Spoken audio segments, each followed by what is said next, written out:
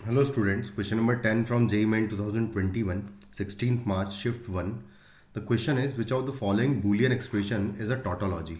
कौन सा इनमें से टॉटोलॉजी है? ऑलवेज ट्रू स्टेटमेंट कौन सा है ये हमें पता करना है। अगर तो आप बस बेसिकली ऑप्शन एलिमिनेट करके हम लोग यहाँ से देख लेंगे और हम लोग सिर्फ ये चेक करेंगे कि कोई स्टेटमेंट पर्टिकुलर क्या फॉल्स हो पा रहा है या नहीं हो पा रहा है।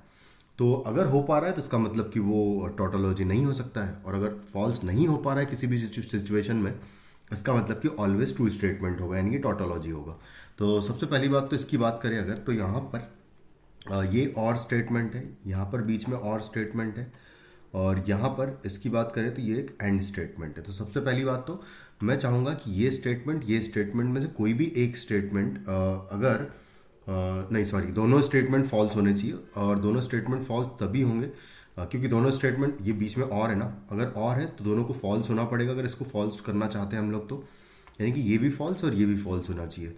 और एंड स्टेटमेंट फॉल्स तभी होगा जब सॉरी, और स्टेटमेंट फिर से यहाँ पर है तो दोनों को फॉल्स लेना। तो बेसिकली बात ये है कि आप P और Q दोनों को अगर आप फॉल्स ले लोगे तो ये स्टेटमेंट फॉल्स हो सकता है, तो ये हमारा टोटोलॉजी नहीं हो सकता।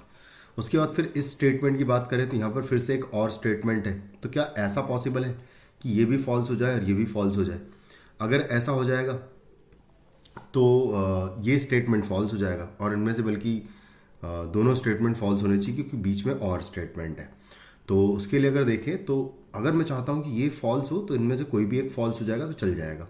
और यहाँ पर इसको फॉल्स करने के लिए एक कंडीशनल स्टेटमेंट है, ट्रू इम्प्लाइज फॉल्स अगर होता है तो स्टेटमेंट फॉल्स होता है। तो इसका मतलब ये हाँ बिल्कुल हो सकता है, जब आप P को ट्रू ले लोगे, Q को फॉल्स ले लोगे, तो ये भी सॉरी, ये फॉल्स नहीं हो पाएगा, ये हमेशा ट्रू ही रहेगा। नहीं सॉरी, ये एक एंड स्टेटमेंट है, तो ये तो कोई एक स्टेटमेंट भी फॉल्स हुआ तो ये फॉल्स हो जाएगा। इसका मतलब कि अगर Q को फॉल्स ले ले और P को ट्रू ले ले तो ये भी फॉल्स हो जाएगा, और ये वाला स्टेटमेंट भी फॉल्स हो जाएगा, और दोनों फॉल्स हो जाएंगे तो ये भी फॉल्स हो सकता है, यानी कि ये भी हमारा टोटोलॉजी नहीं है।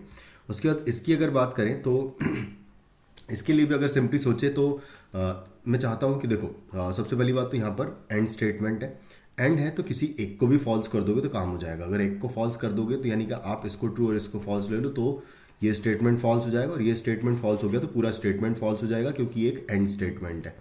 तो ये भी हमारा टोटोलॉजी नहीं है। तो option 4 is the correct answer. वैसे डायरेक्टली दिख रहा है, लेकिन अगर आप सोचने जाओगे तो ये स्टेटमेंट देखो, ये कंडीशनल स्टेटमेंट है पूरा, तो इसका मतलब इसको ट्रू और इसको फॉल्स करना पड़ेगा मुझे, तब जाके ये स्टेटमेंट फॉल्स हो पाएगा।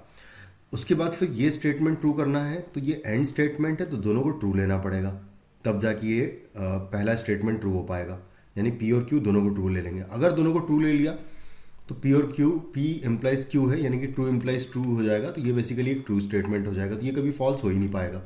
तो इसका मतलब कि हाँ करेक्ट आया है, हम लोग बिल्कुल सही पहुंचे हैं। तो fourth option is the correct answer, वो एक टोटोलॉजी होगा। Thank you.